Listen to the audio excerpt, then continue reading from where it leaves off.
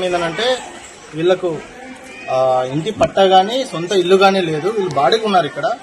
వీళ్ళకు వీలైతే టిడ్కో ఇంట్లో ఒక ఇంటిని ఏర్పాటు చేయడం కానీ, లేదంటే ఏదైనా ప్రధానమంత్రి ఆవాస్ యోజన కింద వాళ్ళు సొంతంగా ఏదైనా కట్టించుకుంటా ఉంటే దానికి సహాయ సహకారాలు ఏర్పాటు చేయడం కానీ, అదే మాదిరిగా కాలిపోయినటువంటి వాళ్ళ ఆధార్ కార్డు, రేషన్ కార్డు ఇట్లా సంబంధించిన ఐడి కార్డ్స్ ఉంటాయి, అట్లాగే ఇన్సూరెన్స్ సంబంధించిన పత్రాలు ఉంటాయి, వాటన్నిటి కూడా సహాయ సహకారాలు అందిస్తామని చెప్పి తహసీల్దార్ గారు చెప్పారు.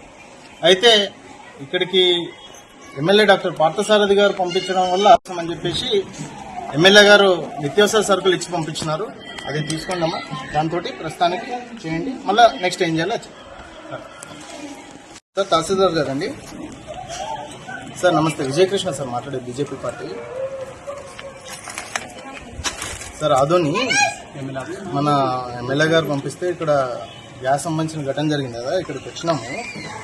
ఇక్కడ వీళ్ళతోటి మాట్లాడినాం సార్. ఏం లేదు సార్, చిన్న రిక్వెస్ట్.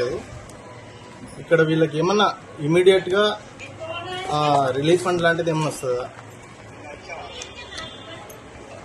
చెప్పలే కదా మీరు, అమౌంట్ ఏమన్నా ఇచ్చినారా?